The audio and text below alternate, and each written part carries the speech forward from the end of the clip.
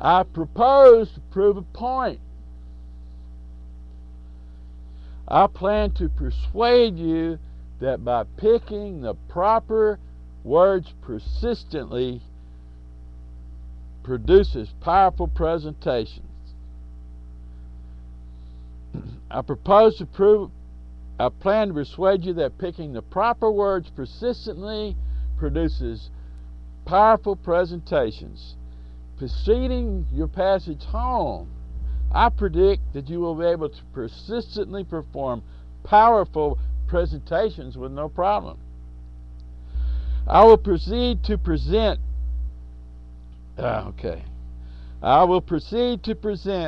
4 rhetorical devices presented in our speech manual: similes, metaphors, alliterations, and triads. Similes. Similes are comparisons using most commonly like or as. Quick as a fox, slow as a tortoise, smart as a whip,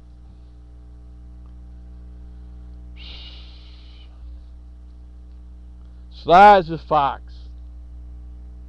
happy as a lark, mad as a wet hen. Can you think of any? How about you, Adam? No? How about you, somebody? How about you over there? Okay, that sounds good. The next rhetorical device are similes.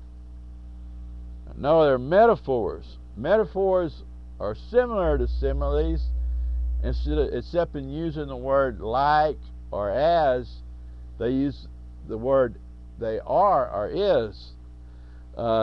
It implies the comparison by saying one thing is another thing. Like a person that eats too much. He's a pig. An old man. He's an old fart. He's a pussycat. Or she's a fox. He's a redneck. And what about the comedian Jeff Foxworthy? He built his fame on his little jokes that said, you might be a redneck if. All built on the metaphor, rednecks. The third type of rhetorical devices are alliterations. Alliterations have sounds that repeat themselves in a pleasing or memorable manner. Like it's a catchy phrase. What about Peter Piper picked a peck of pickled peppers? What about producing powerful presentations? The name of this speech. Donald Duck, Mickey Mouse, Ronald Reagan, Marilyn Monroe. I used traveling Toastmaster in my blog because they both started with a T, and it seems like I'm getting to be known as a traveling Toastmaster instead of Ken. And it doesn't have to be the first letter the same. There's a lot of other alliterations where the other sounds are the same, so like hocus pocus. The third type is triads. That's 3 things together. That's the fourth type. That's 3 things together that make a familiar phrase. Me, myself, and I. Blood, sweat, and tears. Earth, wind, and fire. Life, liberty, and the pursuit of happiness. Wine, women, and song. Tall, dark, and handsome. Good, bad, and ugly.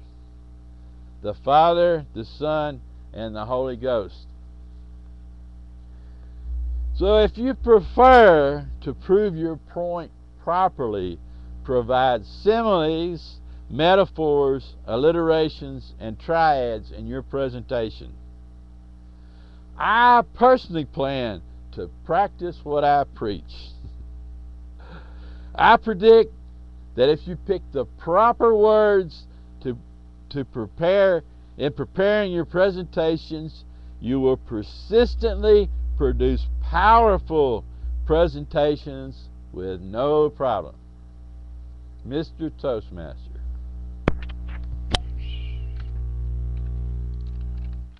125 left.